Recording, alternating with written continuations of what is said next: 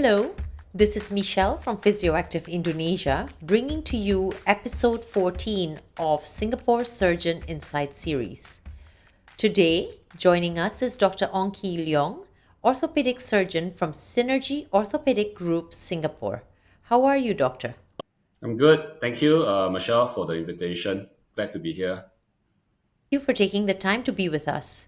Doctor, can you start by telling us your qualifications and specialties? Okay, I'm an orthopedic surgeon. My basic medical degree is from the National University of Singapore, the Bachelor of Medicine and Bachelor of Surgery. My fellowship, I'm a fellow of the Royal College of Surgeons of Edinburgh. I did a year-long fellowship in Germany, and basically I specialize in sports surgeries, specifically the shoulders and the knees. Shoulder instability and dislocations are serious and often complex conditions that affect many individuals, from athletes to those in everyday life. Today, we'd like to dive deep into understanding shoulder instability, its causes, treatment options, and the recovery process. To start, can you explain what shoulder instability is and how it differs from a shoulder dislocation? Okay. Thanks, Michelle. All right. I think the easiest way to explain would be to at least have an idea of the basic anatomy of the shoulder. So the shoulder basically is a ball and socket joint. You can imagine that this is the arm bone, and you can see that there is a ball at the top of this arm bone. So the ball basically will articulate and meet with the socket over here. All right. So it's like a ball and socket joint. That's how you have a very good and multi-directional rotation of the shoulder joint. Now, the shoulder joint is the most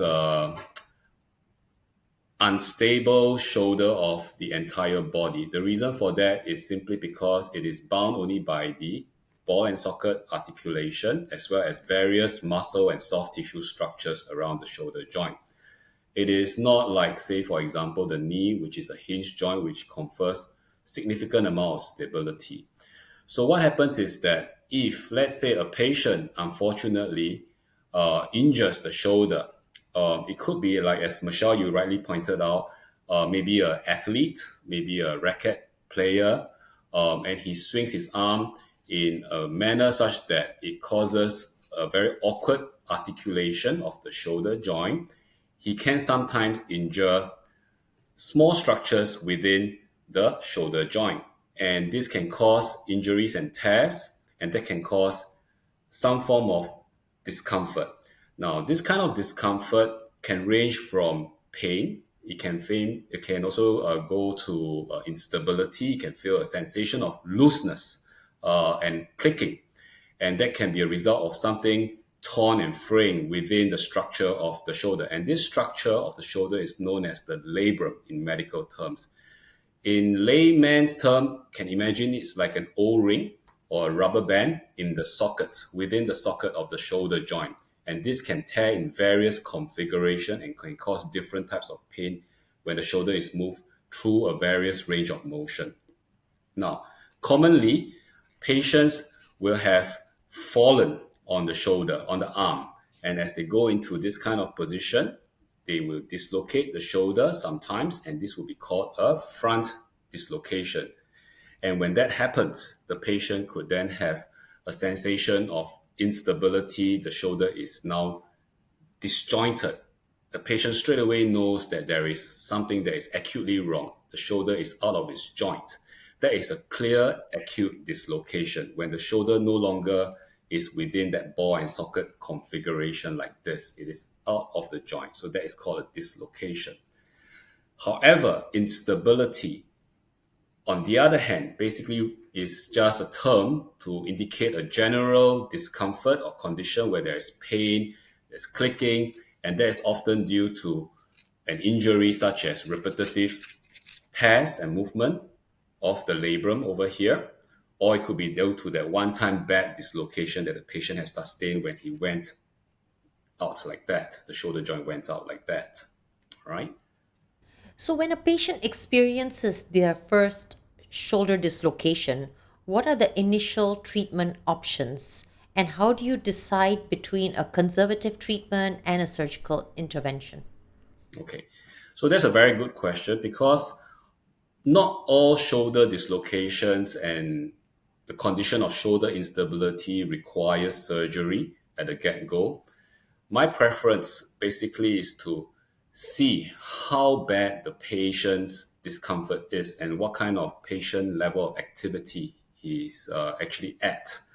Now, if it's a first time dislocator, and the patient obviously will be usually in a lot of pain, my treatment will be that after we have already done a reduction, I assume the patient has already had the shoulder reduced back into the joint through perhaps seeing a doctor in the emergency department or seeing a general practitioner who has the experience and skills to put it back together. Usually, I must have had at least an x ray to indicate that the shoulder is back in its original position. At the same time, this x ray is also going to be useful to exclude any other more sinister problems, such as a fracture of the bones.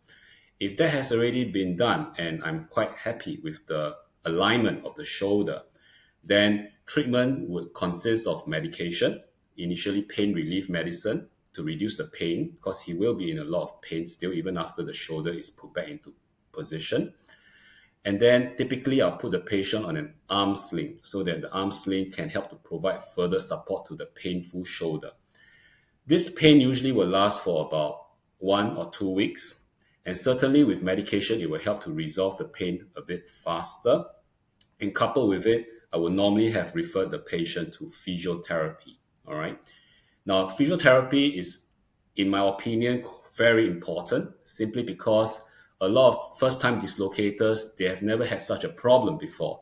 And what happens is that he wouldn't know what to do with such a shoulder pain, maybe even a feeling of swelling. He wouldn't know whether to move the shoulder or to just leave it as it is.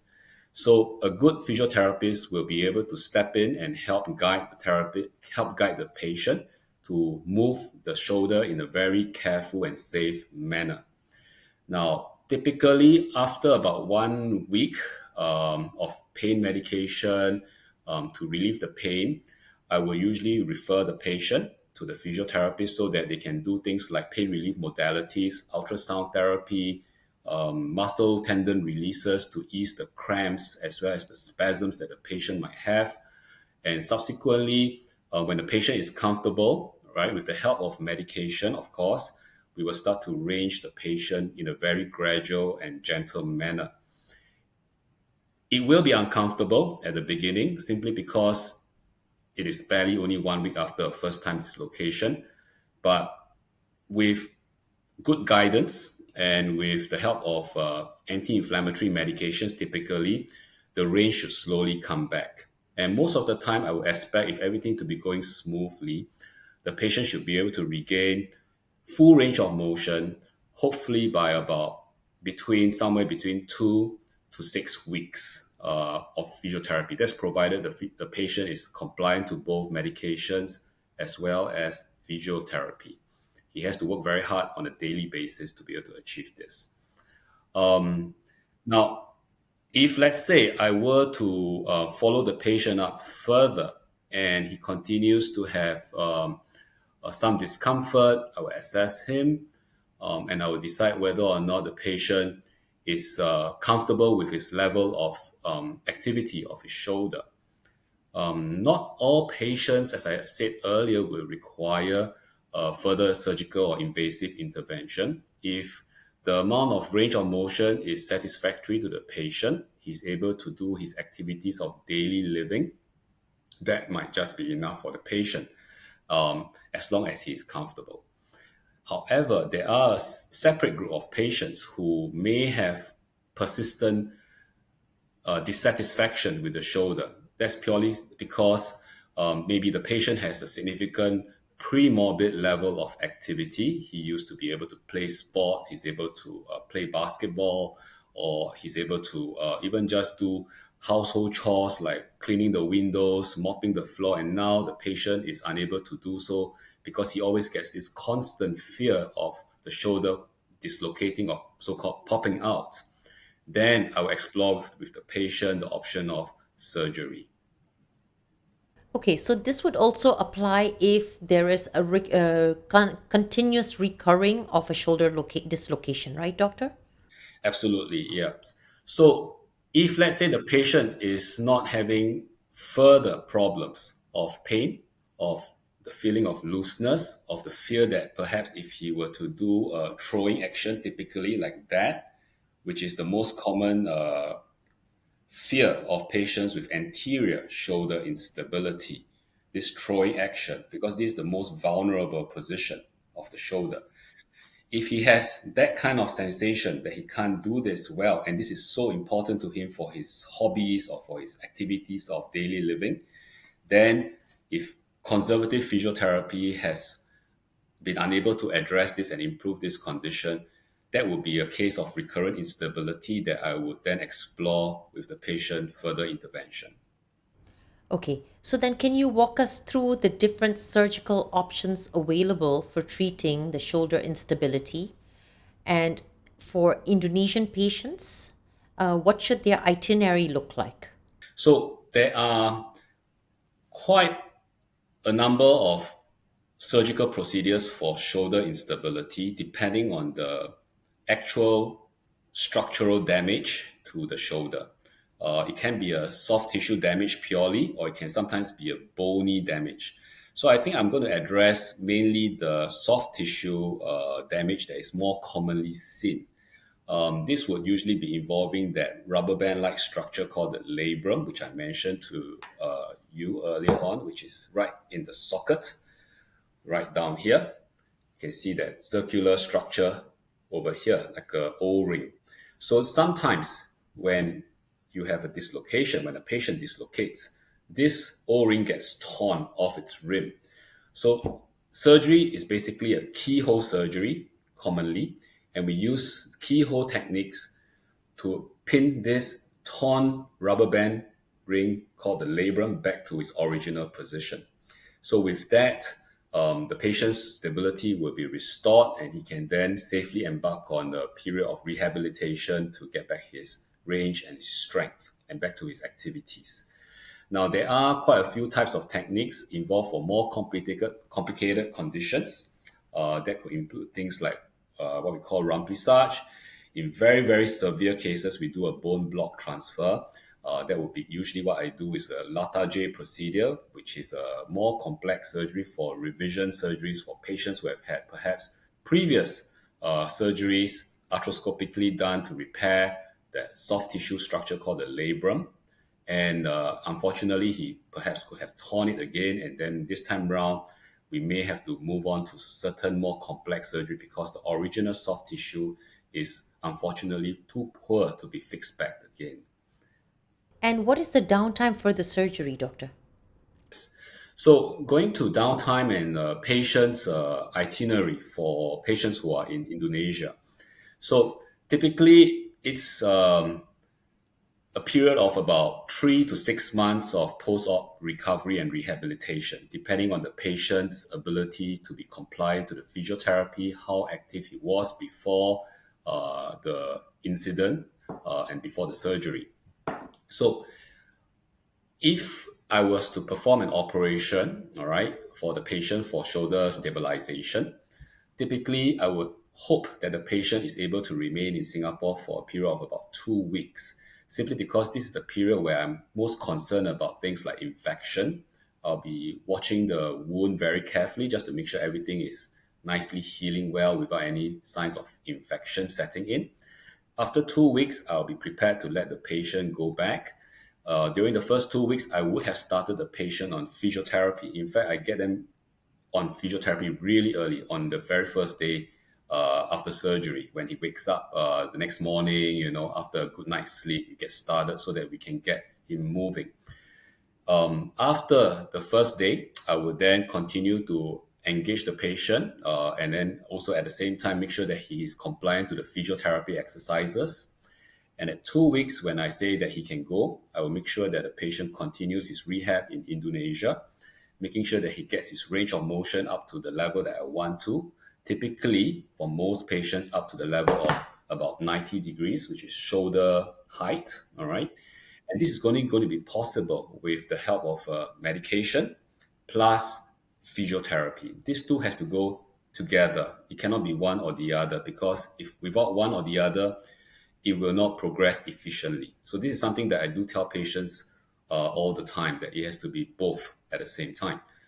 And at about the 6 week mark, that's when I will ask the patients to return, and I will then assess the patient, make sure that he's moving along at a good timeline. And if he is, and I expect him to be, then I'll make sure that he is able to progress from 6 weeks from shoulder height to above. And this will typically take another, well, it depends on person to person, about 4 to 6 weeks. So hopefully by 3 months, he will be hitting full range. During this period, for the faster patients, I will also have incorporated some strengthening exercises. I will have instructed the physiotherapists to begin some gentle strengthening exercises so that he can start to get muscle mass back already. So typically, from somewhere between the 3 months to the 6 months period will be when we are gaining strength, tidying up the range of motion, getting the full range, the end range, all that back. So at 6 months, he'll be hopefully going back to all his sports and activities already. That will be the in general. So some patients will be faster, some patients will take a little bit longer. Maybe the older patients, the older folks, maybe a bit longer. But very, very important, 50% is the surgery, 50% is the physiotherapy.